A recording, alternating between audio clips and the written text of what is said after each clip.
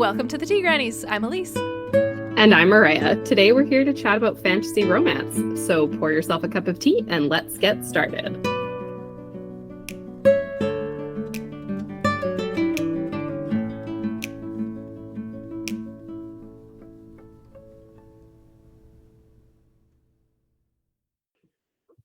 It's funny, like I like having guests on the show, but I also like it when we're left to go rogue. Rogue. And to be fair, like this is how the first 2 seasons, it was all this, right? It was just us. Right? Just Kimmerer. And that's where we started and people started listening, so it's okay. They always like listening to us. They like us. Go off. They like us when we're idiots and they like us when we're not. I like it. So yeah, we're relatable idiots. Like we're not too dumb. You know? I was speaking for yourself, but okay. Well, I mean, I do a lot of dumb things. So. Do. We also have a childlike sense of humor. I told you we were idiots. Okay. What is fantasy romance as a genre? We are not going to answer that question, but we're going to pretend to. It's going to be great. I don't have that much confidence in my intellectual abilities. Like, I think that's overestimating what I can accomplish. But we're going to talk about it together and come to some conclusions. So to start off, fantasy romance is 2 genres mashed together. So you'll often have fantasy with a subgenre of romance tied in, or romance with a subgenre of fantasy tied in, depending on which way you want to take things. Depends on the author. There's no right or wrong way. People saying that there's a right or wrong way, you can take a left turn and get out of here. So we welcome all sorts. If you write primarily romance, power to you. If you write primarily fantasy, power to you. Like Mariah and I are the opposite ends of the spectrum. That's how this works. It's true. This is true. Whichever one you choose, it's all good. And if you choose one and not the other at all, you're also welcome here. But we are talking about fantasy romance together. So if you have no interest in this topic, find a different episode. Yeah. I guarantee you'll find something that you like and will make you laugh at some point. That's our goal. But anyway, fantasy romance. This is going to be a tangential episode. Like, yeah, we should just disclaim that right at the front. Our entire lead up to recording this was very tangential and we barely got started. And I'm already going off my notes. I'm going to go back to my notes. Talking about fantasy romance, I ripped this straight from Wikipedia. So I quote, probably the most important and intelligent people on the internet. Some publishers distinguish between romantic fantasy, where the fantasy element is most important, and fantasy romance, where the romance are most important, which is what we just said. Yeah. Others say that the borderline between fantasy romance and romantic fantasy has essentially ceased to exist, or if it's still there, it's moving back and forth constantly. I do agree with that. Yeah, I'm inclined to agree with the others quoted in this context. Like, we're splitting hairs. But essentially, fantasy romance comes down to stories that rely heavily on both fantasy worlds and the romantic relationships between the main characters. It's simple. But just like with romance, there's scales and spectrums, depending on how steamy you want it to be or how complex you want your world building to be. And you're the author, so you get to choose. You get to write your own story. It's very Choose exciting. your own adventure. Choose your own adventure. Exactly. Also, that's just kind of like, that's the boring, basic definition information that we like to occasionally do at the beginning of these. I would like to add a note at the beginning of this episode before we get too deep into it, that for the purposes of this episode, when I say fantasy, I'm not talking about your personal romantic fantasies that we literally never want to hear about ever. Like, no. Take that out of your brain. Like, if you can just remove it from your brain entirely, that would be good. I'm talking about the book genre of fantasy novels. I know what you've done. So every time we say fantasy on this episode, I'm going to think about my personal romantic fantasies. You are so welcome. Don't you dare share that with me. I won't. But I do agree with Elise. There's a lot of discussion about what fantasy romance is and the quality of it. And just like with any genre, there's different types. There's going to be entry-level romantasy. If you haven't heard that term before, it's pretty straightforward. It's romance and fantasy smushed together. anyways, entry level would be like less world building, less politics, more just relationship driven. There's lots of long series out there with like a complicated fantasy world with like a pretty good romance like throughout the series. There's quite a lot of those. And there is also stories out there which are essentially a classic romance novel with a fantasy-based setting and a world. So there's a lot of variety. In my own head, so this is not technically correct, but this is how I categorize it, is fantasy romance to me is a fantasy novel with a strong love story, and romantasy is a romance novel with a fantasy setting and stakes. Do you like how confused we've made everyone? I think it's straightforward. I think it works. Perfect. And now we can do our first page critique.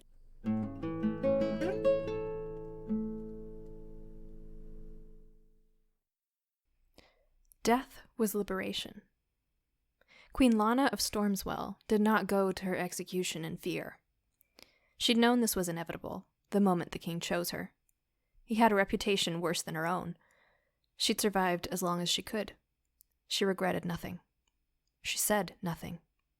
The axe fell, and her life began. Chapter 1. Afterlife.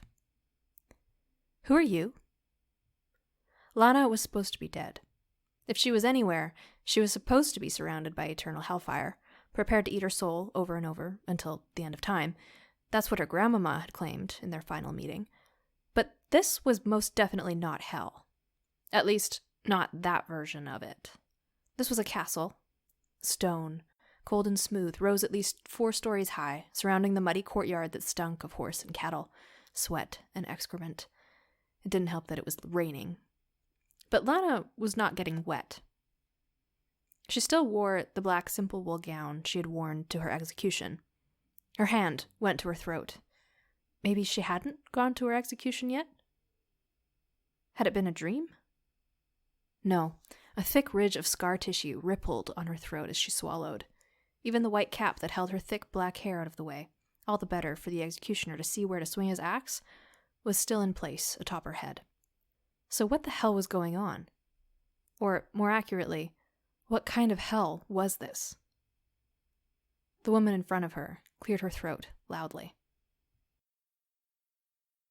So my overall thoughts were, the first line is killer, and I love it. What a great way to kick off our first page. And in this first paragraph, I will say I would like to see a hint of why she married the king if she knew this would be her fate. Did she do it like for her family, for her country? And she says she regretted nothing. So did she achieve her aim in marrying him? So that I feel like is important information. We don't need all of it, but I would love like just a little hint of it on that first paragraph there. Especially the part where she says, she said nothing. I would cut that and then add a little bit about why she married the king. And I just think it would hit different, if you will. Okay. But as we get into the first chapter, I quite like that she had a scar from the execution and that she's confused and not panicking.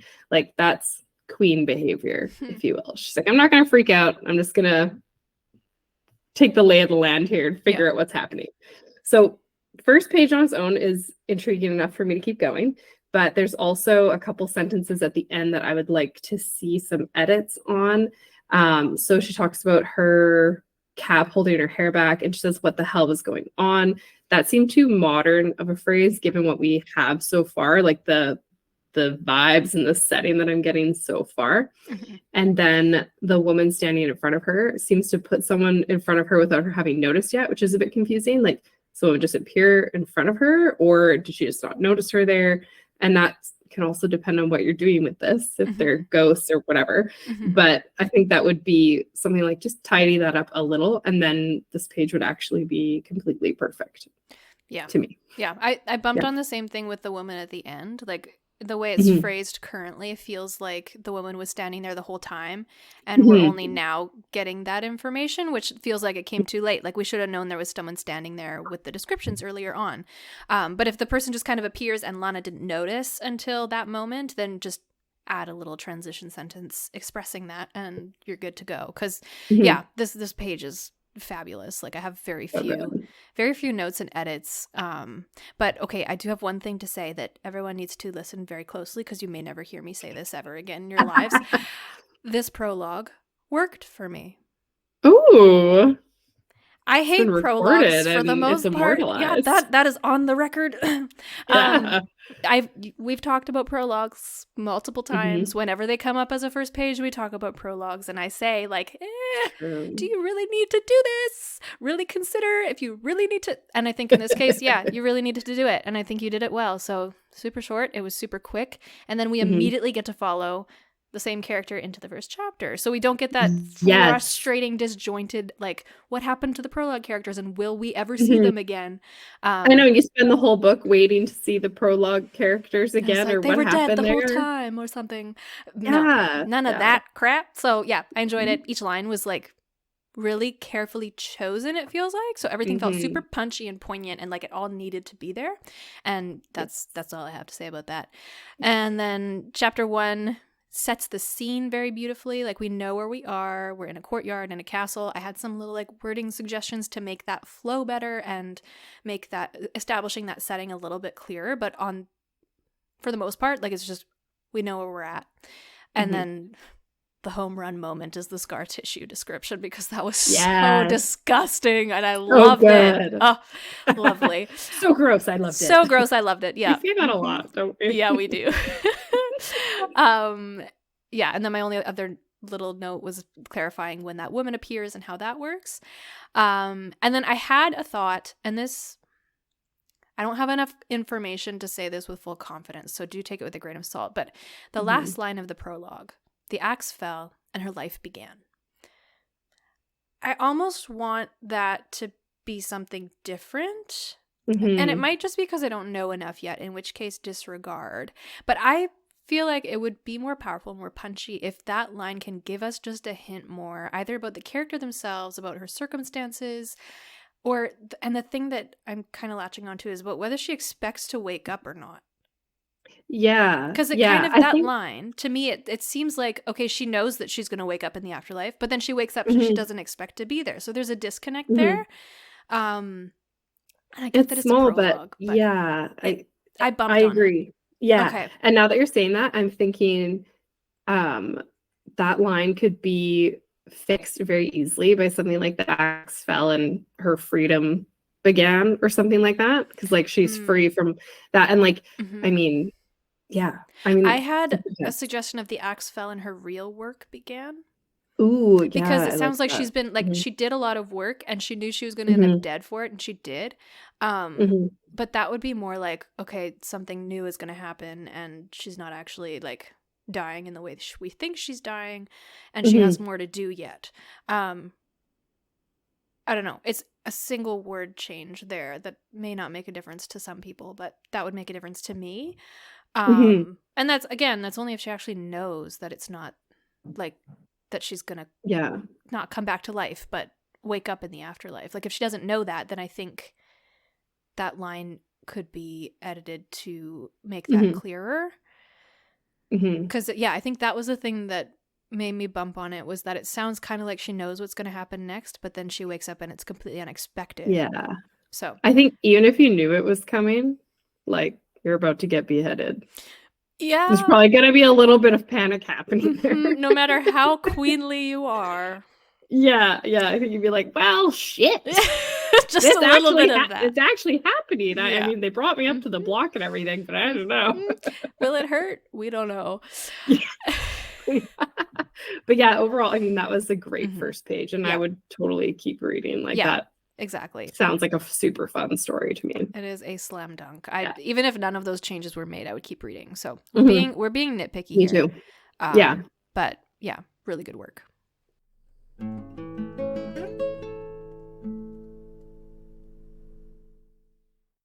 That first page was actually very fitting for this. I mean, we don't know. I guess we don't know if that book would be a romantasy or not, but it was fantasy for sure. And I cannot remember if I did that on purpose or not.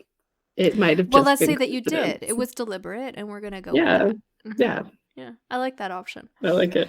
Pretend I did stuff on purpose and makes me look smart. Yes, and that's all we spend our time doing, making ourselves look smarter. Whatever it takes. Whatever it takes. The glasses, they really do it for you. They're working for me. All right, let's do this. So, the rise of fantasy romance. Like this, when I saw this note document, this felt like such a big topic to me. So, I decided to take the easy way out. I'm just going to start listing fantasy romance titles and authors that I recognize in this is the approximate chronological order in which they appeared in my life. All right, I like it. I'm on the tail end of the millennials, so if that helps you, then I'm an elder millennial. Millennial. There's an age gap. But anyway, the first one would be the Alana series by Tamora Pierce, the goddess. Twilight by Stephanie Meyer. The Hunger Games by Suzanne Collins. Graceling by Kristin Cashore. Don't shoot me. The Cruel Prince by Holly Black. And A Court of Thorns and Roses by S.J. Moss. So I actually have no idea when Graceling came out, and it might be out of order. It's just I discovered that later and really enjoyed it. But disclaimer, I haven't necessarily read all of these. Nope, that's a lie. I have read Twilight. I resisted for a long time, and then I was like, okay, but it's so popular. Is it actually good? Yeah. Spoiler alert, it was not, but I read it anyway. I read it also. My friends made me read it, even though I wasn't super into it. And I read it, and I was like, well, I immediately forgot everything that happened in it. So... and I never did see the movies, although my friend was an extra in them. Oh, that's wild. I did. Yeah. So I read the first book and I was like, oh, yeah, I'm not finishing this series. Well, I'll watch the movies to find out what happened. Regrets. Oh, really? I shouldn't have done that either. It was I wonder if you watched the movie as a drinking game, if it'd be okay. We did that with 50 Shades of Grey, and I got plastered. I couldn't tell you the second half of the movie because it was can't remember what the rules were. You had to drink every time she bit her lip or drink every time. And so all of a sudden, of course, I'm doing it with wine. Yeah. And I don't remember the rest of the movie. Yeah. Oh, so, man. I'm just saying, use caution, people. Yeah. Pace yourselves. Anyway. All that to say, romance books have been they've had a massive market for a long time. It's not like they're new. And I mean, fantasy books have seemed maybe a bit more niche until the last couple of decades. Yeah. The audience seems to have grown beyond what you typically would have pictured as a fantasy fan in the 1900s. So even though I don't have any data to back anything up that I'm saying here, my instinct is that not only has fantasy grown a lot as a genre in the last several decades, but so has fantasy romance as a genre. Yeah. And nothing exposes the age gap more than the fact that you said the 1900s without even cringing. You freak. I was like, the 1900s, 1910. Oh my God. No, yeah. So thanks for that. You're so welcome. Rude reminder of how old I actually am. Anyways, so fantasy romance was what got me back into reading after a really long hiatus. I'm sure this has happened to lots of people when you go to school after you graduate high school. You tend to read a lot for school and you tend to stop reading for fun. At least that's what happened to me. So A Court of Thorns and Roses is what got me back into it. And shout out to S.J. Moss for making my bank account suffer because it has exploded. If anybody follows me on Bookstagram, you know I have a problem. I went to the independent bookstore the other day because I love them. They brought me on my order and the girl's like, would you like a catalog? And I was like, no. She looked I offended her. And I was like, no. I said, it's not. I said, it's just, I have a problem. I don't need a catalog. Oh my and she's God. like, oh, no, I get it. And I was like, yeah. So that happened to me. That was fun. Anyway, back to the episode. Elise is losing it here. So with Kindle Unlimited and the rise of self-publishing, which has been awesome, there is way more fantasy romance out there than ever before. It's massively exploded, I would say, just since I started reading more heavily again in the last like 5 years or so. So with a massive expansion of the genre, you're going to find great books and not so great books, just like with any genre, you know. And the thing I actually really like about fantasy romance is I'm seeing so many female authors find a lot of success with the genre where they would have been overlooked if they had just been classified as fantasy once upon a time. Sure. That was a very male-dominated genre for a long time, so it's really cool to see that.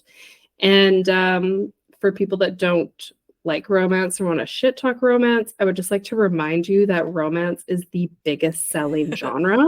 In 2022, it generated over $1 billion in revenue. It's like 1.44 billion in 1 year.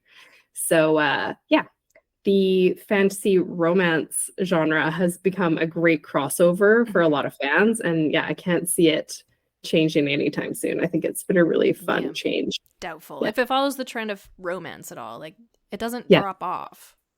Yeah, it won't drop. Like people just keep wanting more of those kinds of stories. It's like popcorn. I can't stop. I can't stop. Yeah, can't stop. So good. Sorry, that story killed me. Like your reaction. No catalog. I know. I felt so bad. Like it was like my gut reaction. I was like, no, not. I could just see it happening too. And it's like a comedy scene in a movie. Like, no. Like, no, yeah, it happened exactly like that. And I drove away and I was like, God, you're so embarrassing. I had my dog with me, or one of the dogs with me, and I swear she was like, yeah, you sure are. If I was with you, I probably would just burst out laughing and like tension diffused. You would have gone like beet red. You would have been like, I'm so embarrassed to be with you. No, I would have laughed so hard. I was like, that is like the most perfect response I've ever seen to anything in my life. So good. At least they know. So now every time I pull up, be like, here's the girl with the problem. Here she is. And I love that you said reading more heavily, like you're drinking more heavily, but no, it's books.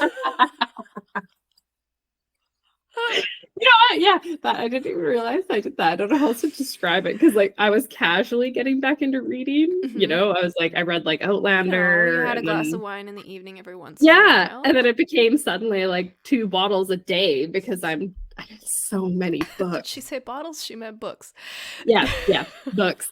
Because in 2022 I read 150 books. So are you serious? Yeah. That's insane. I also think that's a great like gauge for how bad my mental health was. Right. Because that's what I was doing instead of like, existing. It was great though. I read a lot of really good books. Anyway, oh my gosh, we did say we would go off on a tangent. We did. We warned everyone. So yeah, we did warn everyone. They're still here. It's their own fault. Yes. But and we love you. Please stay. Yes, we do. we swear we're getting back to the episode. We should probably say stuff like that more often to just keep them around. But thanks for being here. We appreciate you. Okay. Check that off the list. We're supposed to talk about tropes next. But if you've listened to like our fantasy deep dive episode or our romance deep dive episode in this season, just a couple months ago, there's going to be a lot of crossover. So I think we're not going to go too deep into this section. Like fantasy romance is a genre mashup on its own. So any tropes that you see in either genre will likely lend themselves here. But again, depending on what your goal is. So if your goal is to be more heavily on the fantasy and you want the romance to be a subplot, you're going to want to lean more on fantasy tropes and like reader expectations in that realm. And then like you need the romance one to follow the right trajectory, but you don't need to be as worried about it. And vice versa. If you're going for more romance, you need to follow the romance formula. So pay more attention to that. And then fantasy can be a little bit lighter. So like, I mean, so many of these go so well in both genres. The one bed trope, the one horse trope. I put that in just for you. One. You know what? You can come to the barn one day and we'll get on the dude together. Try it. And you can see how it feels. I fully believe, just like going on that trail ride and riding the horse by myself is like, don't put 2 people on a saddle. Are you kidding me? I know. Crazy.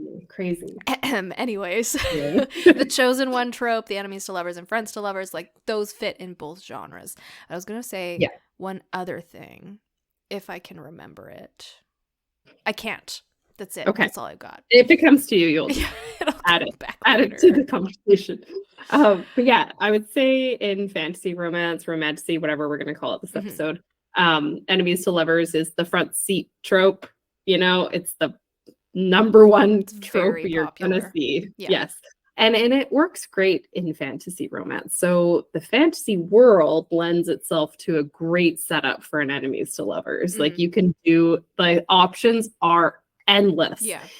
Whereas, you know, in contemporary romance, it's like a little hard. Like I'm in the real world, like I'm my own biggest enemy. So like that trope wouldn't work for me really in contemporary. Because I'm like, who is going to be worse to me than me?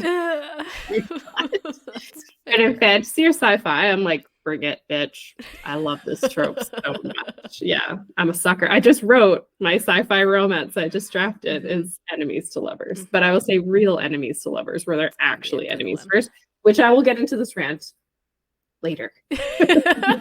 We'll save that one for another time. Yeah, well, not even for another time. It's later in this just episode. Later. Oh, well, buckle up. Just later in general. Here we go. That's exciting. Okay. So the rise of fantasy romance, the common tropes of fantasy romance. And then this kind of jumps off of that. What makes a good fantasy romance? How do you know you're doing it right? And well, have I got news for you? It's completely subjective. Yes. It's not completely, but like, okay, so fantasy readers have expectations, romance readers have expectations. This is what I was going to say earlier that I forgot that I now remembered. With romance in particular, romance readers expect a happy ending. If you do not give them a happy ending, you are not writing a romance. I don't know how to state that any clearer or more emphatically. Yeah. If you do not write a happy ending, you are not writing a romance. Hands down, bottom line. Yeah. There is no escaping this. It can be the happy for now ending is also okay. Happy ever after is good. But if you do a thing like in Song of Achilles where you gut us, then no, it's not a romance. It's just a tragedy. Yes. And that's not the same thing. Readers who go to the romance section of the bookstore looking for a romance off the shelf are not looking to be heartbroken by the end of it. Like, they want the good, warm fuzzies, not the I broke your heart and I stomped on it and then I buried it and then I dug it up a few days later to stomp on it again. Yeah, we're here for the escapism. Romance is the most escapism genre to me. Like, so, I have a high standard for it. You know how to make romance readers happy. Now we can move on. What makes a good fantasy romance? Again, very subjective. The right balance of fantasy versus romance for whoever happened to pick up the book that day. Like, good luck. Have fun. But you need a nice blend of subgenres that the reader themselves is particularly drawn to. And I think one of the things that you can say for sure is like the writer of whichever blend you're choosing needs to have respect for both genres in the genre mashup. If a romance writer wanted to write a romance and just threw in the fantasy aspect to like try and appeal to a different audience for this one book because they wanted to grow their market, fantasy readers can tell. Okay? Like, we can tell. I promise you. And nothing makes me more irritable than picking up the promise of like a beautiful fantasy romance and finding a very basic and underdeveloped world that's just like a cardboard diorama backdrop for all the smut that the writer wanted to include. Like, that's not what I'm there for. And now it's been misrepresented and now I'm upset and I don't want to read it anymore. And I will probably never pick up a book from that author again because I feel lied to and I can't trust them. So be careful. Like, you can't just say that your book is going to be one thing to try and draw people in and then not deliver on that promise. Like, you do need to be honest. A really good example of a book that respects both genres very, very well is The Undertaking of Hart and Mercy. Like one of my favorite all-time books ever. I was squealing when I finished reading it. I went into it expecting it to be like, you said it was this amazing thing, and I was like, okay, I'm guessing it's like really heavy on the romance and really light on the fantasy, and like the romance will be really good, but I'll be disappointed by that. I was not disappointed. No. Every single little world building thing that came up, I was like, how did this writer come up with this? This is amazing. I've never read anything like it. It is incredible. I love it so much. I just want to live in this world forever. Like, so much fun. And just did it justice on both ends of the spectrum. so beautifully done. We can't say a whole lot about like what to-dos and not to-dos for this, but we can talk about our own experiences as we've been doing. And so like personally, I want to know a lot more about the world and what makes that unique in a fantasy setting. If you're going to include fantasy, I'm going to want to know about that. Otherwise, why is it there? Why not just set it in any world? And then I'm familiar with the world and you don't have to waste our time on it. And you can just get on with the story that you actually want to tell. What is the story that you actually want to tell? If you're going to create some new world, it needs to have a point and a purpose and be engaging. So that's what I want to know about. Any mashup in this range of genres is going to be as much about the fantasy for me, if not more so. Like that's what I care about more than about the romance. So if the book is going to lean too heavily into the relationship without giving me that interesting setting and like interesting magic or politics or both, I'm going to feel cheated. Like it's going to be a bad experience, not just a kind of meh. It's going to be a bad experience. I came here for escapism, damn it. I expect it to deliver. Give me escapism. Give me what I want.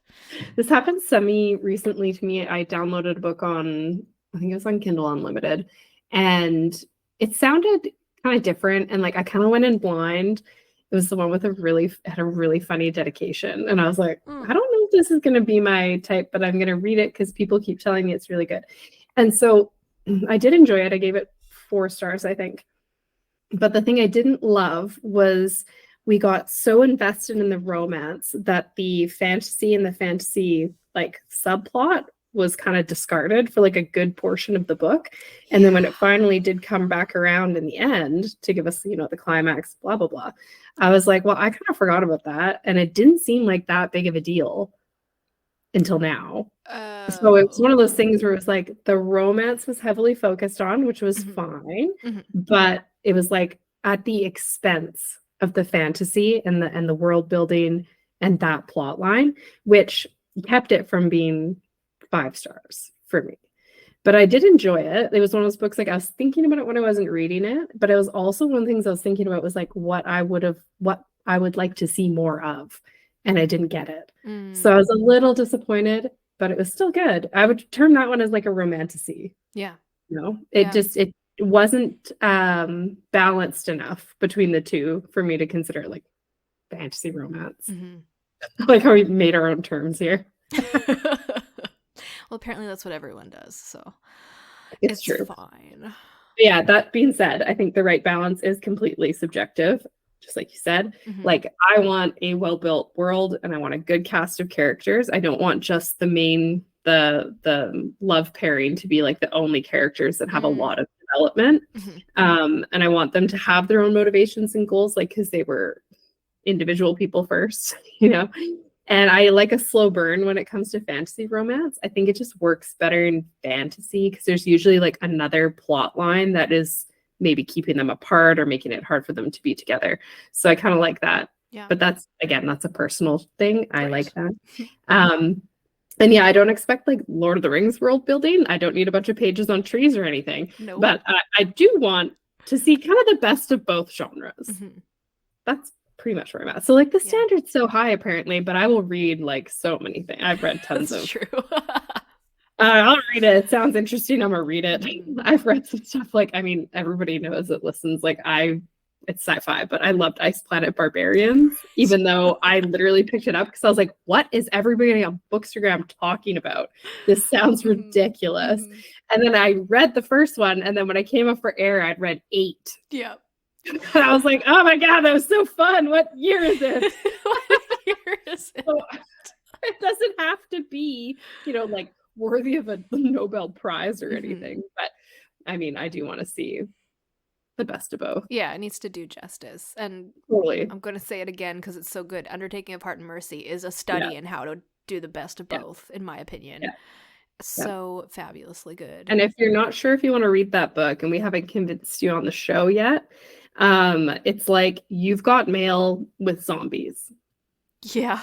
So if that doesn't sell you on it, nothing will. Amen. Oh, so good. Okay, we've already talked about where writers go wrong a bit just in our last few minutes of conversation here, but we're going to go into that a little bit more. Mhm. I think the biggest way that writers go wrong is probably the misrepresentation of content. Like, I mean, obviously there's all those other things that you can do wrong, like poorly written characters and poorly written plot, and you didn't hire an editor, and you didn't fix your plot holes, and well, shoot, nothing makes sense, and it's not fun for anyone anymore. Like, those are the obvious. You spelled your name wrong on the cover. Like, there's so many things that can go wrong. Yeah. Didn't have a proofreader. Big mistake. But that's like more technical. This is more to do with marketing, dare I say. I think what I'm about to say is a lot of marketing. I agree. Misrepresented content, overpromising on either the fantasy or the romance, and then not delivering. Nothing will make me more upset. I cannot overstate this enough. And this is why, regardless of whether you're doing traditional publishing or self-publishing, query letters and back cover copy are very important. Yes, we hate writing it. Yes, it sucks. Yes, it's hard, and we feel like we can never get it right, and we fall into existential dread because we feel like we are going to amount to nothing. But yes, you do need it. You can't cut this corner. Even if you are self-publishing, exactly. Like, it's just so that you can do it and put your book in those terms that you know it well enough and it's done well enough. You've edited enough that you can do that. So that you can like find the right readers for your book. Otherwise, who knows what it's about? And like even mood boards and those crazy reels that people put together of like the vibes. All the vibes. Yeah, I love those. They're so important to get right, though. I'm not going to name any names because I probably don't know them, but we have all seen or heard the rise and fall on Book Talk when an author puts all of their effort into making a really good hype team and making this big deal about this upcoming release, and then forgets, for lack of a better term, to put that same effort into their actual manuscript. Forgets to deliver on the product, but they got the marketing down. Whoops. Big oops. Do not say that your book has something in it when you know that it doesn't, just because you're trying to get more readers. Those readers will give you 1 star. Those readers will bring your rating down. Those readers will drag your name through the mud on Twitter until everyone hates you for no reason. And it's not because, it might not even because the book is bad. It might be a really good book, but you said it was for these people who it really wasn't for, and now you've lied to them, and they feel cheated, and they feel like you have misled them on purpose, and that's just really icky to do. No one likes feeling that way. It'll not just hurt the sale for that book either. Like, think of the longevity of your career. If you're in this for more than one book, they'll never buy your next one. And they'll probably tell people, I read this one by that author. They were a liar. They betrayed me. They stabbed me in the back, and never touch anything that they ever do ever again. We are readers and writers. We are dramatic people. This is true. We are so dramatic. I will not take any of these words back. You feel very strongly about this, and I do agree. I really do. Agree. Like, it might seem like a good idea at the time, like just a few white lies, like who's it gonna hurt? It's gonna hurt you, it's gonna hurt your career, it's gonna hurt your reputation, and those things are important. Like, the views and hype around your reels do not make your career. We could even argue that they don't sell your books, but that's a marketing discussion that I don't have the data to have right now, so I'm gonna leave it there. And it also ruins your word of mouth. Like, people know I'm a big reader, and someone will be like, oh, have you read like so and so? And I'll be like, oh yeah, she glorifies abusive relationships. I don't read her books. And they go, oh, I'm not gonna buy that. And then the next person that asks them about it, they might repeat what I said. Exactly. So you do have to be very careful that you are representing your work honestly. Like, word of mouth is way bigger than we make it out to be. Like, I have a couple of friends who, whenever they go away on holiday, they message me a couple weeks before, like, hey, what have you been reading? What should I read? And they will read what I tell them to. I don't know why. This is like, I feel like I'm in a position of authority that I do not deserve and I should not have, because I get to dictate, intoxicating power. Right? I get to dictate what people read. I get to put ideas in their head. I get to choose what they focus on for the next 2 weeks of their escapism. You're like, only read my book. That's the only recommendation. I like literally never recommend my own stuff. I know, I could do that. It's a problem. Though. It's hard. Yeah. But so yes to everything Elise said. Before I get sidetracked, totally forgot I had my own notes for everybody. So I posted a post to Bookstagram the other day, and I asked people what they thought made a great fantasy romance, because I was very curious. I was like, outside of me and Elise's opinions, please, how on track are we with everybody else? I think we're pretty on track, because I agreed with like all of these things. So the first one is enemies to lovers is, of course, a very well-loved trope. Lots of people are like, that's my favorite. But a lot of people also had complaints about it, and I have my own complaint about it. So it dominates the genre, which is fine. And it's great. But the thing that I personally hate when this happens is when a book is heavily advertised. This goes into the misleading thing. Heavily advertised as enemies to lovers. So I'm expecting like dagger to the throat, followed by a good time in the bedroom later. Yeah. That's what I'm expecting. Yeah. And what I get is like, oh, the male main character's been pining after her the whole time, even though he doesn't even know her at all, and she hates him for some flimsy reason. You are mean or whatever. And I see it a lot, and I know why it happens, because I've done it myself when I'm writing, because it's easier to write the romantic bits than the enemy bits. It is easier.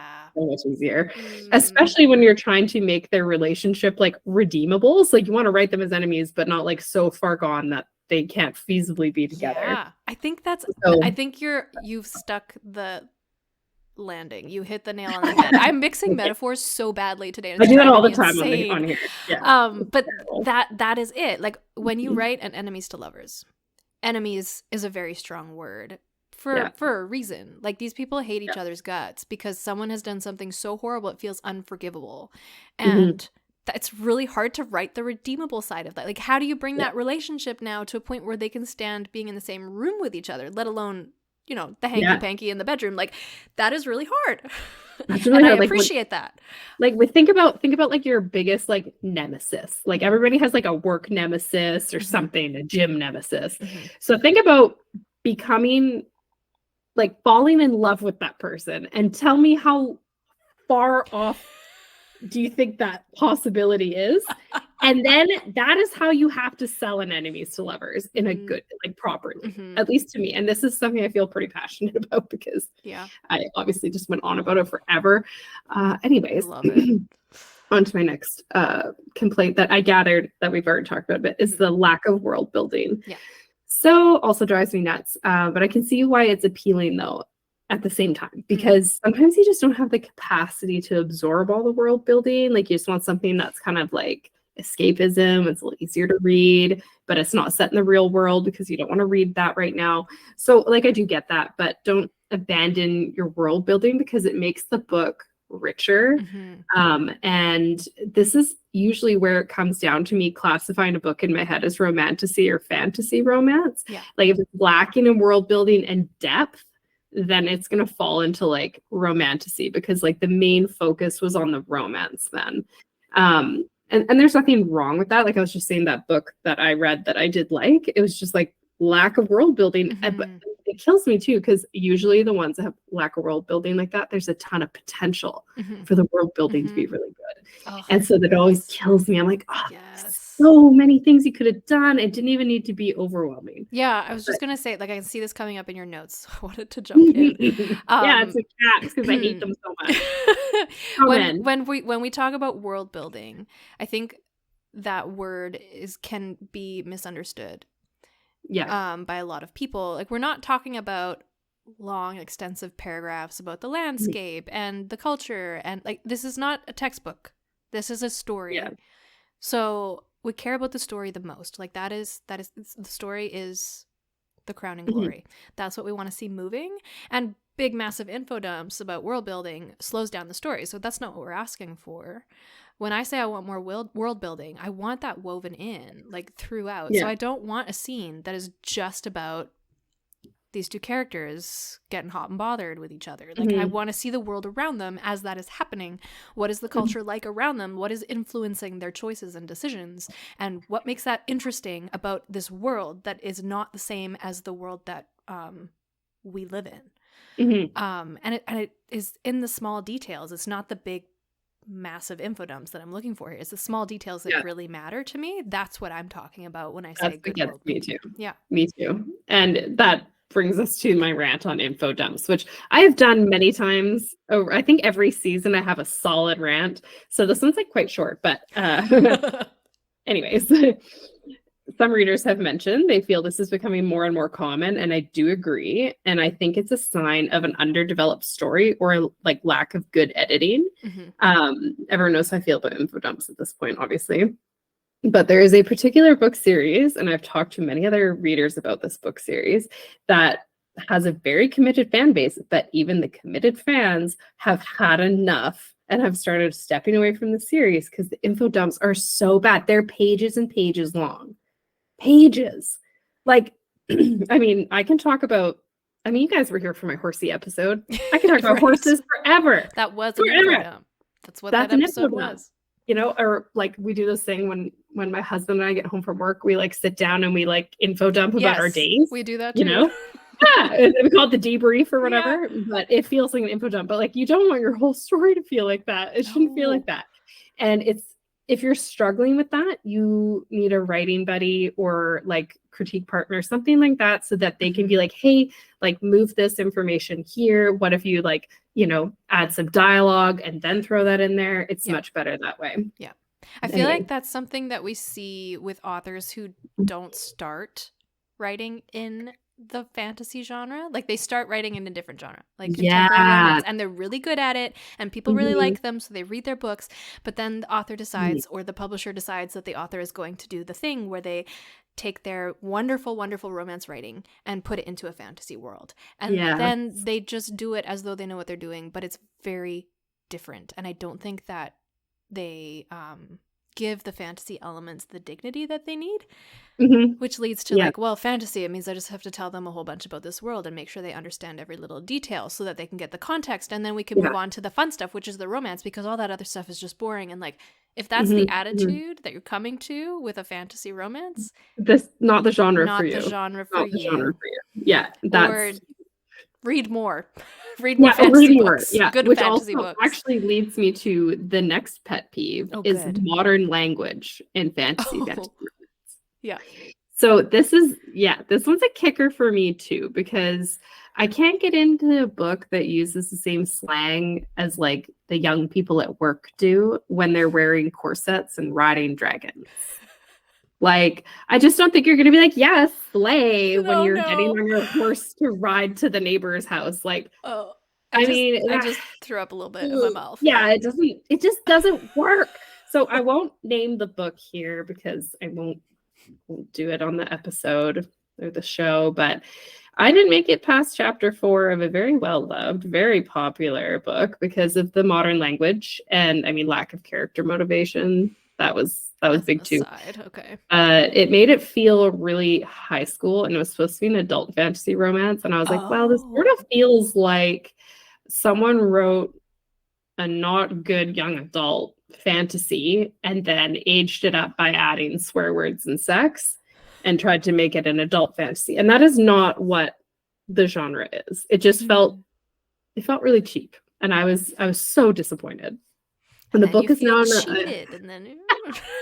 and that book is now in Elise's possession for her evaluation and see how far she gets. I'm curious because a lot of people who I love and have amazing taste have loved that book. So it made me feel like, did she accidentally publish the first draft and I got it and everyone else got a different book? Because I feel like I'm reading a totally different book. Anyways. I'm like scared and excited to read that one. I'm excited for your opinions. I want you to know. Annotate it for me so I can see what you were thinking when you were reading it. We'll see if I make it past chapter 4. If you get further than me, I'd be impressed. And the other thing that we talked about on Bookstagram is lack of friendships. So I've seen this play out time and time again. Yeah, we're here for the romance. But the main character's best friend can be more than a plot device. You know, I find it fulfilling to read a romance with like well-represented friendships because it shows that the character values other people and the love interest isn't the only person that gives them any kind of will to live.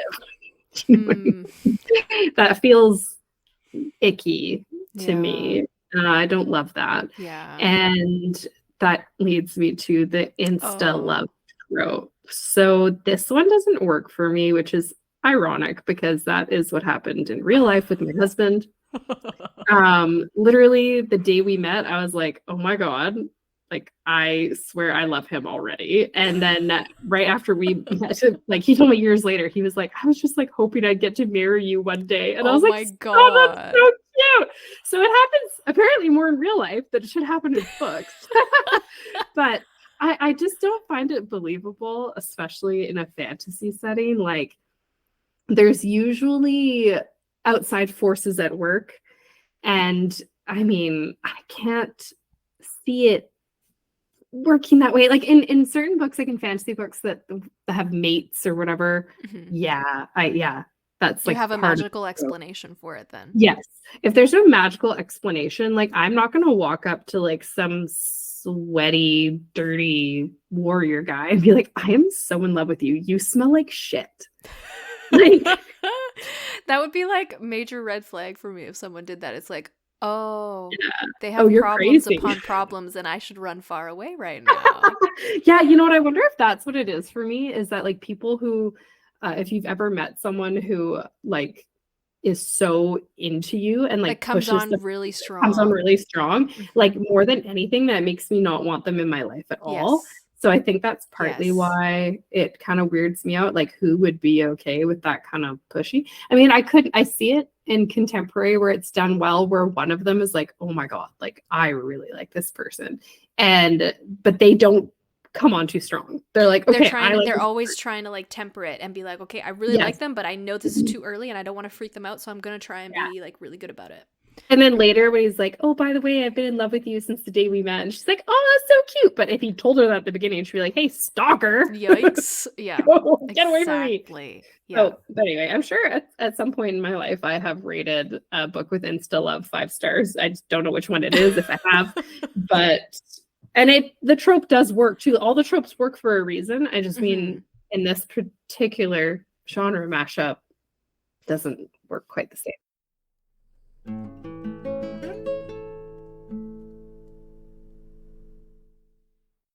We did talk about this a little bit in the last couple of minutes. The difference between adult fantasy romance and young adult fantasy romance. And we tried to have this conversation in our last episode about horror because, you know, that's a very pertinent part of the conversation. And I think Sky Regina, our guest from last episode, did a really, really good job at addressing this question honestly. Yes. Especially for the horror genre, but I think this applies pretty much across the board, that every person's capacity for things, doesn't matter what things, it can be for the light and fluffy things, it can be for gritty, gruesome things. Every person's capacity is different. Maria and I can't handle horror on any level. We've made that very clear, but Sky seeks it out regularly. Like that's what she enjoys to read and watch.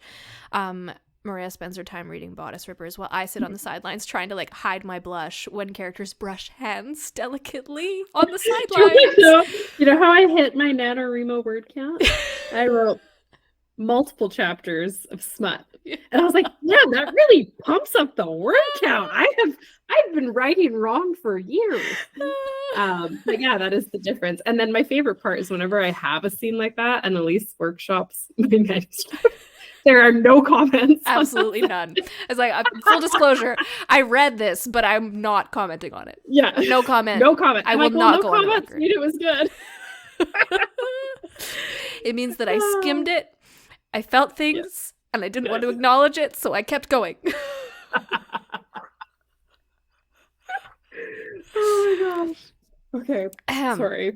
But anyway, every person's capacity is different. Every person will be okay with certain things and not okay with other things. Different parents will let their kids read different things. Like I was not allowed to read a lot of the things that my friends were reading, and vice versa. Like everyone's threshold is at a different level. So it's really my parents, they're like, she's reading, that's good. I'm reading like a Highlander romance novel at like 16. Has like a shirtless guy on the cover, and my mom's like, she's reading. Oh, good. Amazing. I love it. But yeah, it's a really tough conversation. I think one of the ways that this is best illustrated in popular fantasy romance these days is just take Throne of Glass by S.J. Moss and then take A Court of Silver Flames by S.J. Moss. And if you're old enough, read them both back to back and tell me what is the difference between these two novels. Yeah. Can you imagine recommending A Court of Silver Flames as a young adult? I cannot. I mean, I read a lot of romance and I don't blush easily. And I was blushing when I read that. I was like, good Lord, she stepped up her game in this one. I have no shame in singling that book out. There is arguments about whether ACOTAR is YA or adult, but once you hit Silver Flames, it should not be a question anymore. 100% by that point. I don't care what your threshold is. Like there are points where it's like, this is obviously adult or this is obviously YA. There are things that blur those lines. Absolutely. Yeah, I agree. Yeah. Like there's, I mean, obviously the age of the protagonist is usually a good clue, but not always. Yeah. And young adult can have some pretty dark stuff. You know, I'm thinking Hunger Games here. That's actually surprisingly dark. It's fantastic. Adult tends to take it like a little further and maybe like a little bit more of the mental load of that type of stuff, like the darker stuff. And there's like more explicit sex scenes in adult versus like in YA, they're kind of implied or glossed over or some, you know, or they're like pretty tame. Like ACOTAR, the first book, is like quite tame, you know, like it's insinuated, but it's not graphic. So that I would say ACOTAR falls under YA, but like you said, A Court of Silver Flames, like that is so much more explicit. There's just no way. And there's also kind of a different voice to adult books, which we're not going to get into in this episode, but that is one of the things that like YA tends to steer a different direction. Like you're not going to find, when you find a fantasy romance for young adult, you're looking at stuff like Caravel by Stephanie Garber, those kind of books. And then when you're thinking adult, like you get up into different content. Like we were just talking about A Court of Silver Flames. Or like Undertaking of Hard and Mercy is adult. Yeah, that's adult for sure. Yeah. And oh gosh, the book I was thinking of just went right out of my head. Shoot. It's fine. I had that moment earlier. You can have your moment now. If you think of it later, bring it up again. The last thing that I wanted to say about this topic, YA versus adult, is that I think the older we get, the more we tend to underestimate and undercredit what the younger generations can handle. True. And cannot handle. And I see it happening because we're kind of in that middle range of ages where like we can still remember what it was like to be a teenager, but we can also see what's coming for us in the following decades.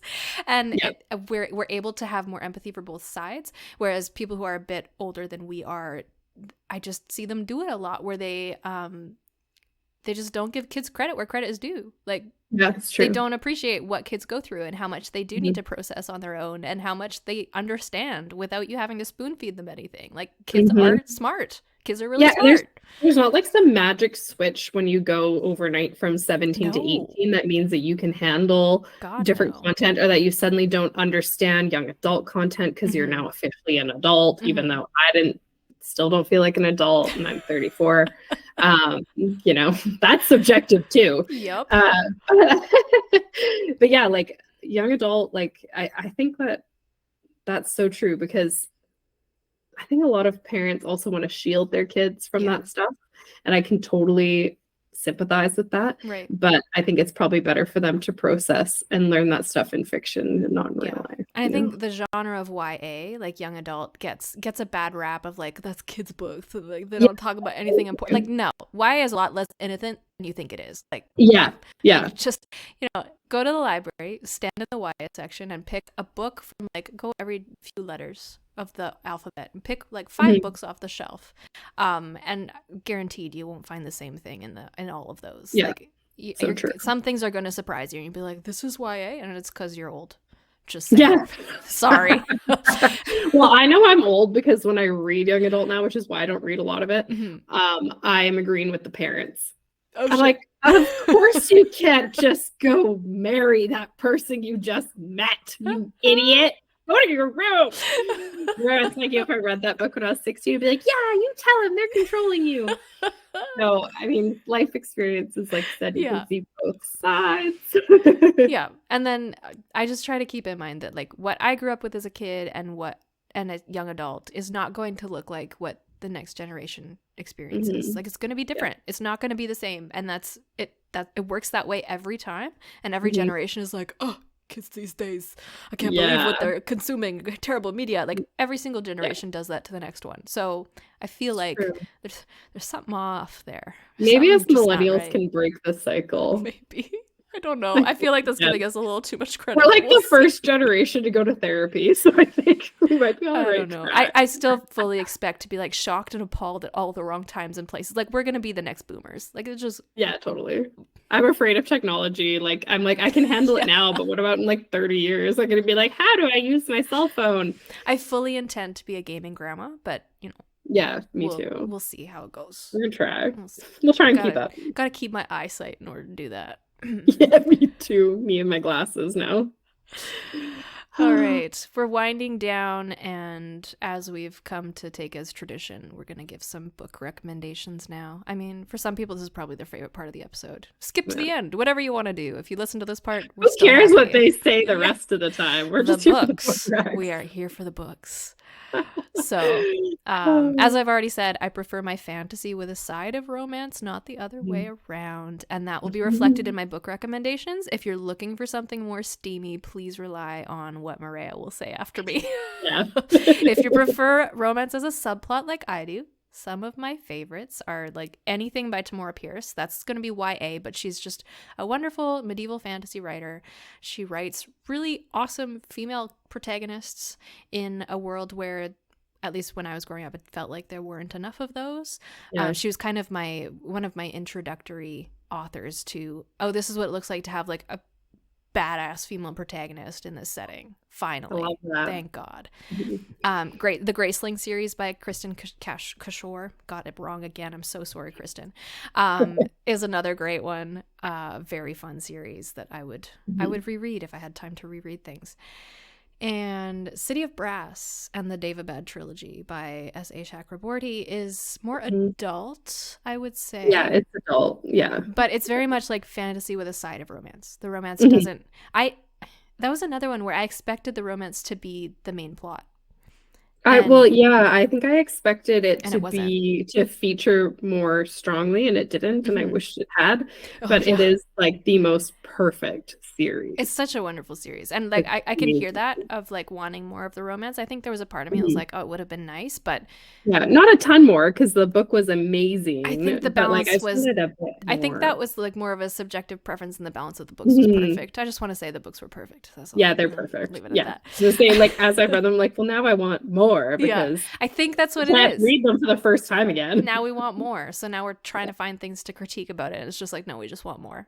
We just want more of it. Yeah, it'd be great if she could just write like a little like novella of them. Well, didn't she do? Was it River of Silver? Yeah, there's River of Silver, which I think is more like. Is that a prequel? Like not a prequel. I think it's like scenes that weren't. Deleted scenes type of thing. Okay. Yeah, but I haven't actually read it yet. It's been on my shelf for a while. Surprised I haven't read it yet, given how much I loved it. But I kind of was like, I want to reread the whole series. That's because it's on my shelf. That's why you haven't read it yet. Oh. Well, that explains a lot. I've had it for months. What does that say about my collection that I didn't even know you had that one? What does that say about me? Anyway, back to our recommendations and not my hoarding tendencies. Back to the Library of Maria. My next one is, and I don't think you've read this one, A Darker Shade of Magic by V. Schwab. The series is absolutely incredible. Like I love it so much. It's amazing. I haven't read the latest one that came out quite recently. But Darker Shade of Magic is the first book in the series, and it is all the fantasy you could ever desire. And then the romance, like, it's not, I wouldn't even call it a subplot. Like, it's prominent enough. There's no sex scenes, but the relationships between the characters and the romantic relationships are just so well done. This author does people so well, like so complex and dynamic. All of her characters are amazing. So that's just a really good one. I could nerd out about on my shelf waiting for good. And then the Merciful Crow series by Margaret Owen is another one of those where like just the fantasy world is delectable. Like it's incredible how complex she's made it and how interesting and how different it felt when I read it. Like I feel like I haven't read anything like it before, but I probably have. I don't know. It just felt very unique to me. And then the romance story in that one, in the first book, it was very satisfying. In the second book, the turns that it took was very surprising.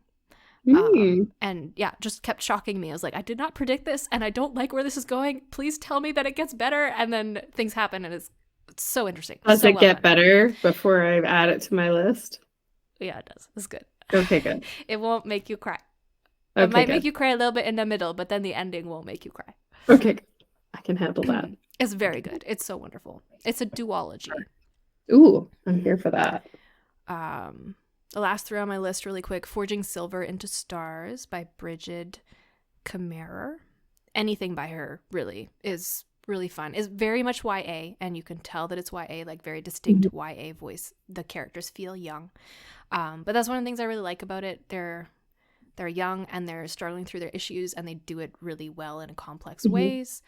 And I think, I don't know about Forging Silver into Stars, but her other series, A Curse So Dark and Lonely, has rep for cerebral palsy. Yeah, I think you're right. I have that one on my shelf. I just haven't read it yet. It's really good series, and they're connected. Like there's the characters that are in one show up. She does that a lot with her books. So just keep reading. Her stuff is great. And then The Cruel Prince, Folk of the Air trilogy. That's a nice proper enemies to lovers there. That is a proper enemies to lovers. But Very if you're proper. expecting actual romance in the first book, you won't really get it. Yeah, it's in the second and the third. You have to keep going. Yeah, and I remember reading The Cruel Prince, and I was like, I don't think I'm going to keep going with this series. I'm not sure it's for me. And then I read the end, and I was like, well, that was a really good ending. Like, really pulled it together in the end. So I was like, I'll read the next one. And then I devoured and then you shoved them at me and were like, you have to read this immediately. Yeah, I was like, so read these immediately. Yeah, they were super good. Yeah, and then my last one on the list is Spinning Silver by Naomi Novik. And she does this thing with her books, at least with this one, and then Uprooted was another one that she did this with, where the romance, like I knew it was going to be in there, but I wasn't really expecting it, and then it was surprising, but in like a really refreshing way, and I thought she just did it really, really well. Okay, I haven't read that one yet, but it's actually been on my shelf forever. I bought it because you told me to, and it's just been staring at me for years. It's so good. I'm like, one day I'm gonna pick you up. So good. Don't know when. So my recommendations, let's see. I've got two lists sort of. So we're gonna start with the spicy options. What's the other list? The not spicy. Okay. I thought you were going to say spicy and like really spicy. Like we're getting into the degrees of hot peppers. I mean, like I said, I don't like remember books super well after I finish them. So like I remember the vibes more than anything. So there's a few where I was like, I'd recommend them, but I can't remember the spice level. So just come back to the one here. So we've already mentioned it multiple times this episode, The Undertaking of Hart and Mercy by Megan Bannon. That is like one of my all-time favorites. It's got really unique world building, a very cool premise. And it's like the cutest pen pal romance. And it's a bit enemies to lovers too, but it's a kind of a soft enemies to lovers. In a good way. Otherwise I wouldn't recommend it. And then The Serpent and the Wings of Night by Carissa Broadbent. So this is super fun. I don't usually do vampire books. I think Twilight sort of scarred me off the vampire books. They've never really been my thing. But this one was really gritty, and like the main female character is like a human living in a vampire world. And so like it's no matter what she does, like she's always at a disadvantage. And I just sort of loved that. I did read this one, right? I don't know. I'm pretty sure I've read this one. Yeah, it's so good. And the main male character, I was like, I had my suspicions, but it actually played out better than I expected. So that's something that I like when a author makes a promise and then delivers on it. So that was a good one. And The North Wind by Alexandria Warwick. This is a proper enemies to lovers, like dagger to the man parts, threatening each other. Enemies. And it's a very underrated book. I really like it. and I recommend it to a lot of people. It's really cool. And this one, Guild by Raven Kennedy. So book one's a bit more of like a prequel in a way. The series really picks up in book 2, and then book 3 and 4 are excellent. I will say it did take me multiple tries to get through Guild. And this is one of the very rare occasions where it was worth it to get to the rest of the series. So yeah, and I only kept going because people like I really love on Bookstagram were like, just keep going. Because I feel like I remember you saying like you tried to read it and you didn't like it at all, and you gave me some reasons, and that was enough for me. Like, okay, I'm not interested. Yeah, and then I ended up pushing through and reading it, and then I immediately went into books 2, 3, and 4. I think there's a 5th one that just came out, but okay. You know, but I kind of with the series I usually burn out. I'm like, well, that was a good ending. I'm done now. I don't need to know what else happens. But yeah, that one was actually worth it. And if you want something that is like quite spicy, I would say that one's pretty darn spicy. And I can't recall the spice level on the next one that I am recommending, but it's so underrated and it's so good. It's called The Winter King by C.L. Wilson. The cover makes it look like a really bad 80s bodice ripper. Oh no. So I swear to God, if it got a cover upgrade, it would be a favorite. Like, so yeah, it would be all over Bookstagram. And it's got like weather magic and stuff. Oh, it's so cool. And it is also enemies to lovers and like kind of a grumpy female character, which you don't usually get that. Usually the male character is the grump. So I really like that one for that. I actually read it in one day. I remember I was feeling crappy from my COVID vaccination the day before. And I was like, I'm just going to stay home. I'm just going to pick this. Like, this has been on my list for a while. And I read it in one day, and it's not a small book. My eyes were like burning and dry when I finished, but I was like, it was worth it. So, I mean, that's probably the best review I could give it. Yeah. And then this next one's super fun. That Time I Got Drunk and Saved a Demon by Kimberly Levine. So this is a fun book. Like, it's hilarious. It kind of reads like contemporary fantasy with romance, and it's got like a good amount of spice, and like it's funny. It's a whole series. I've read some of the other ones. They're also really good, but they nail it with the titles every time. Like from the title, I know what the vibe of the book is going to be. The title and the cover. Yeah. Like I know what genre it's going to be, and I know it's going to be humorous. And I think they did really well. It's absolutely hilarious. Like I remember reading it and cackling, and I was sitting on my deck reading it in the summer, and I'm pretty sure my neighbors could just hear me cackling every few minutes. And they're like, what the heck's going on over there?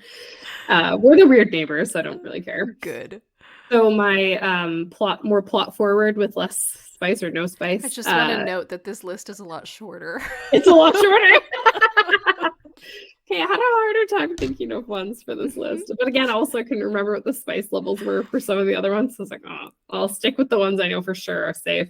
A River Enchanted by Rebecca Ross. So this is like Bookstagram fave. I feel like everyone read it before I did. So it was super slow to start. I actually almost DNF'd it, did not finish it. But then I ended up kind of just picking it up on like a rainy day, and then I devoured the rest of it. So it's beautiful, like beautifully written. And I really like the world building, but it is slow to start and the romance is quite slow. So just go in prepared. I would say it's more of a fantasy heavy with like romance as a subplot. Yeah. And then I think my favorite recommendation that she'd never recommend herself is the Nymph Keepers trilogy by Elise Boltzmann. What? So I love that romance because especially in like the third book, I was squealing. I was like, okay, that's the best review you could give. So, I know, it was great. I was very pleased with how it developed. And yes, so that, if you haven't already read that, I mean, it should be like a requirement for listening to the show at this point. And then my last one, which we've definitely recommended this one before, but I'll recommend it again, is An Enchantment of Ravens by Margaret Rogerson. That's a really great take on fae romance, and it's very like beautifully written, and like it's a good one. It's a solid book. You know what I mean? I'm having a moment feeling very honored to be on the same list as An Enchantment of Ravens because I love that book so much. As you should, because your books are amazing. So yeah, quite happy with that. I can't wait till you publish something else that I can start recommending it. My God. Again. See, it's really hard. Like, the listeners got to know how hard it is for us, because I read Elise's work and no one else has read it yet, so I can't talk about it. Yeah, and I'm like, ditto on that. Oh, it's kind of a problem. But anyway, that is the tea on the fantasy romance genre. So don't forget to rate and review us wherever you get your podcasts, and you can follow us on Instagram and Threads at the Tea Grannies Podcast. I've pretty much abandoned Twitter or X or whatever the heck it is, so just find us on Instagram and Threads. Happy writing.